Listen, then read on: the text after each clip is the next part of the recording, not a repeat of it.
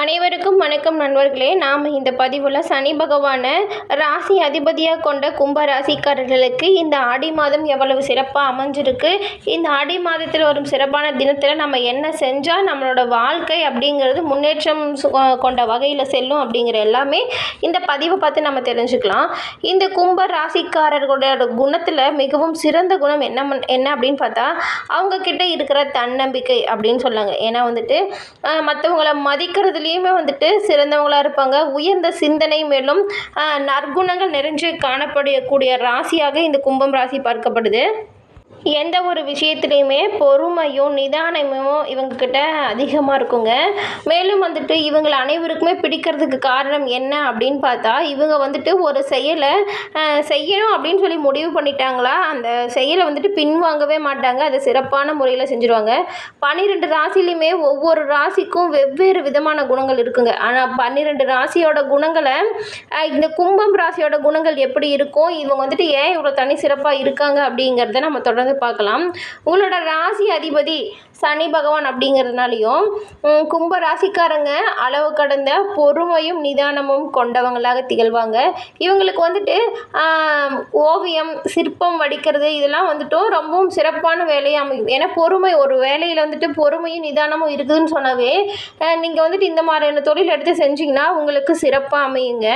அது மட்டும் இல்லாமல் பெரிய நிறுவனத்தில் எலக்ட்ரிஷியன் வேலை சர்வசாதாரணமாக இந்த மாதிரி பெரிய பெரிய ஒரு பயப்படுற வேலையை கூட சர்வசாதாரணமாக செய்யக்கூடிய குணம் உங்ககிட்ட இருக்கிறதுனால அந்த மாதிரி நீங்கள் ட்ரை பண்ணலாம். கும்பராசியில் சனியின் காரகத்துவம் பெற்ற ராசி அப்படிங்கிறதுனால நீங்கள் உடையில் ஏற்படும் கரை அழுக்கு இருக்கு இல்லையா, இதெல்லாம் பெரிதுபடுத்த மாட்டீங்க. அதனால் எப்படி சொல்லலாம்னா, உங்களுக்கு மிகப்பெரிய பலமே உழைப்பு தாங்க. மற்றபடி நீங்கள் எதுவுமே கவனத்தில் வச்சுக்க மாட்டீங்க அப்படி சொல்லலாம். எப்படியாவது உழைச்சி முன்னுக்கு வரணுங்கிற வெறியோடு வேலை செய்வீங்க. ஆனால் எவ்வளவுக்கு உயரத்துக்கு போனாலும் சரிங்க, உங்களோட மனதுக்குள்ளே ஒரு சின்ன ஒரு மனப்பான்மை அப்படிங்கிறது கொஞ்சம் குறைஞ்சிருக்கும். அது ஏன்னு வச்சுக்கோங்களேன், நீங்கள் எவ்வளோ உயரத்துக்கு போனாலும் அதை மற்றவங்க முன்னாடி வெளிப்படையாக காட்டிக்க மாட்டீங்க. அதுதாங்க. எந்த ஒரு செயலையுமே ரொம்பவும் தீர்க்கமாக ஆலோசனை செஞ்சுட்டு தான் அந்த ஒரு செயலையே இவங்க இறங்குவாங்க. அப்படி செஞ்சு அந்த மாதிரி யோசித்து இறங்கின செயலில் எந்த ஒரு சூழ்நிலையுமே பின்வாங்க மாட்டாங்க. இவங்களோட ஆரம்ப வயதில் கொஞ்சம் இவங்களது வாழ்க்கை அப்படிங்கிறது கஷ்டமாக தாங்க இருக்கும். நடுத்தர வயதில் வரும்போது இவங்களோட வாழ்க்கை அப்படிங்கிறது ரொம்பவும் சிறப்பாக அமையும். ஏன்னா இவங்களோட வாழ்க்கையில் முன்னேற இவங்க அவ்வளவு பாடுபட்டு வருவாங்க. எவ்வளவு செல்வம் கிடைச்சாலுமே அது இருக்குது அப்படிங்கிற மாதிரி வெளிக்காட்டிக்க மாட்டாங்க. இதுவே ஒரு சிறப்பான குணங்க.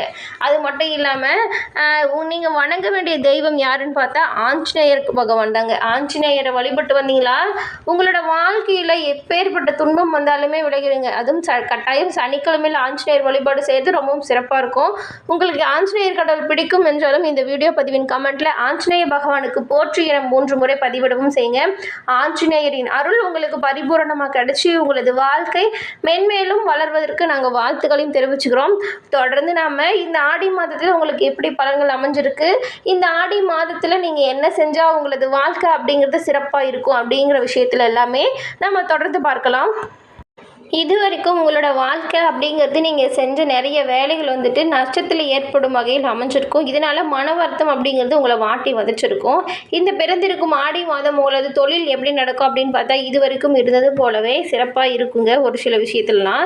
மேலும் புதிய பொறுப்புகள் எடுத்து நீங்கள் நடத்துவதன் மூலம் உங்களது வாழ்க்கையுமே சிறப்பாக அமையும், தொழிலும் முன்னேற்றம் காணும் வகையில் அமையும். கூட்டு தொழில் உங்களுக்கு உதவிகரமாக இருக்குங்க. கும்ப ராசியில் சேர்ந்தவங்க இந்த மாதம் உங்களது உடல் ஆரோக்கியத்தோட கொஞ்சம் கவனம் செலுத்தணுங்க. ஏன்னா இது வரைக்கும் இருந்த மருத்துவ செலவுகள் குறைஞ்சாலும் கூட ஒரு சில புதிய பாதிப்புகள் வரக்கூடும். அப்படிங்கிறதுனால நீங்கள் உங்கள் உடல் நலத்தில் கவனமாக இருக்கணும். குடும்ப பொறுப்புகள், உங்களது வேலை தொழில் தொடர்பான அனைத்து விஷயங்கள்லையுமே நீங்கள் சமநிலையில் பராமரித்து கொண்டுட்டு போகிறது ரொம்பவும் அவசியமாக பார்க்கப்படுது. ஏன்னா ஒரு சில சிக்கல்கள் வரக்கூடும் வாய்ப்பு இருக்கிறதுனால நீங்கள் அனைத்து விஷயத்துலையுமே கவனம் அப்படிங்கிறது ரொம்ப தேவைங்க. குடும்ப பொறுப்பை பொறுத்த வரைக்குமே இது வரைக்கும் கணவன் மனைவிக்கு இடையே இருந்த மன சங்கடங்கள் அனைத்துமே தீரும். ஒருவருக்கொருவர் விட்டு கொடுத்து போகிறதன் மூலம் உங்களது வாழ்க்கை சிறப்பாக அமையும். உங்களது பிள்ளைகள் உங்களது பேச்சை கேட்டு நடப்பாங்க. மேலும் உங்களது தொழில் மேன்மை அடைய நீங்கள் புதிய முயற்சிகளை எடுத்தால் லாபகரமானதாக அமையுங்க. அதன் பிறகு தொழில் தொடர்பாக உங்களுக்கு கொஞ்சம் அலைச்சலும் ஏற்படும். ஏன்னா வந்துட்டு ஒரு தொழிலை நம்ம முன்னோக்கி கொண்டு செல்லணும்னா இந்த மாதிரியான பிரச்சனை எல்லாமே வரும். அலைச்சல் வரதுனால வந்துட்டு உங்களுக்கு வரும் பெரிய பாதிப்புலாம் எதுவும் இல்லைங்க. உங்களது லாபம் அதிகரிக்கிறதுக்காக உங்களது தொழிலை மேம்படுத்துவதற்காக அலைச்சல் பட்டால் அது ஒன்றும் தவறும் இல்லை. அதன் மூலம் லாபகரமானதாக தான் உங்களுக்கு அமையும். அது மட்டும் இல்லாமல் வீண் வம்பு வழக்கு வரும் வாய்ப்பு இருக்கிறதுனால நீங்கள் யார்ட்டையாவது பேசும்பொழுது கூட கொஞ்சம் ஜாக்கிரதையாக பேசுங்க. மற்றவங்களோட விஷயத்தில் நீங்கள் மூக்க நுழைக்காதீங்க. உங்களோட விஷயத்தில் மற்றவங்கள வந்துட்டு உள்ளே நுழைக்காதீங்க. ஏன்னா இது எல்லாமே பிரச்சனைகளை தரக்கூடியது அமைஞ்சிருக்கு. உங்களோட அலுவலகத்துலேயுமே சரிங்க, உங்களோட பொறுப்பு அப்படிங்கிறத மற்றவங்ககிட்ட கொடுக்காதீங்க. மற்றவங்களோட வேலையை நீங்கள் எடுத்து செய்யும் பொழுது ரொம்ப கவனமாக செய்யுங்க. ஏன்னா அந்த விஷயத்தெல்லாம் ஒரு சிறிய தவறுகள் நடந்தாலும் கூட பாதிப்பு அப்படிங்கிறது உங்களை தான் சேரும். அதெல்லாம் வந்துட்டு வீண் மன வருத்தத்துக்கு ஆளாக வேண்டிய சூழ்நிலை வருங்கிறதுனால உங்களது வேலைகளை நீங்கள் சிறப்பாக செய்வதில் உங்களது கவனத்தை செலுத்துங்க. மேலும் உங்களோட பணி இடத்துல உங்களோட பொறுப்புகளை உணர்ந்து நீங்கள் வேலை செஞ்சீங்களா உங்களுக்கு நல்லதாக அமையுங்க. கூட வேலை செய்கிறவங்ககிட்ட கொஞ்சம் சகஜமாக பழகுங்க, அனுசரணையாக இருங்க. ஏன்னா அவங்க மூலம் உங்களுக்கு நல்ல பலன் கிடைக்கும் வாய்ப்பு இருக்கிறதுனால உங்களது அலுவலகத்தில் உங்களது பணியை நீங்கள் சிறப்பாக செஞ்சால் உங்களது வாழ்க்கை அப்படிங்கிறது சிறப்பாக அமையும்.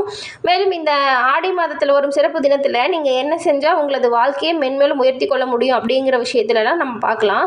ஆடி மாதம் வந்துட்டாலே பண்டிகைக்கான ஆரம்பம் அப்படின்னே சொல்லுவோம். ஆடி முதல் தொடங்கி ஆடி இறுதி வரைக்குமே அனைத்து நாட்களுமே சிறப்பான நாட்களாக அமைஞ்சிருக்கு. ஆடி வெள்ளி, ஆடி பூரம், ஆடி கிருத்திகை, ஆடி அமாவாசை, ஆடி பௌர்ணமி, ஆடி பெருக்குன்னு சொல்லிட்டு ஆடி செவ்வாய், ஆடி ஞாயிறு இது எல்லாமே சிறப்பான நாட்களாக அமைஞ்சிருக்கு ஆடி மாதத்தில்.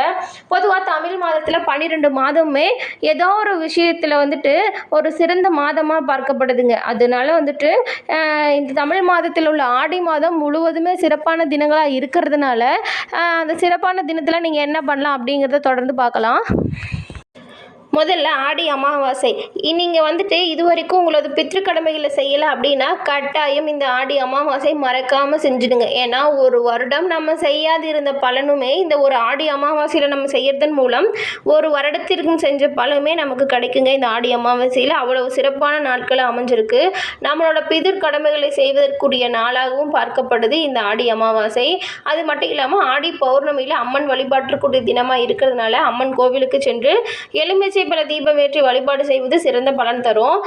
ஆடி வெள்ளி, ஆடி செவ்வாய், ஆடி பௌர்ணமி இந்த 3 தினங்களுமே அம்மன் ஆலயத்தில் சென்று எலுமிச்சை பல தீபம் ஏற்றி வழிபாடு செஞ்சிங்கன்னா உங்களது குடும்ப நிலையில் உறவுகள் எல்லாம் மேம்பட்டு இருக்கும். செல்வ நிலை மேலோங்குவதற்குமே அம்மன் உங்களுக்கு உறுதுணையாக இருப்பாங்க.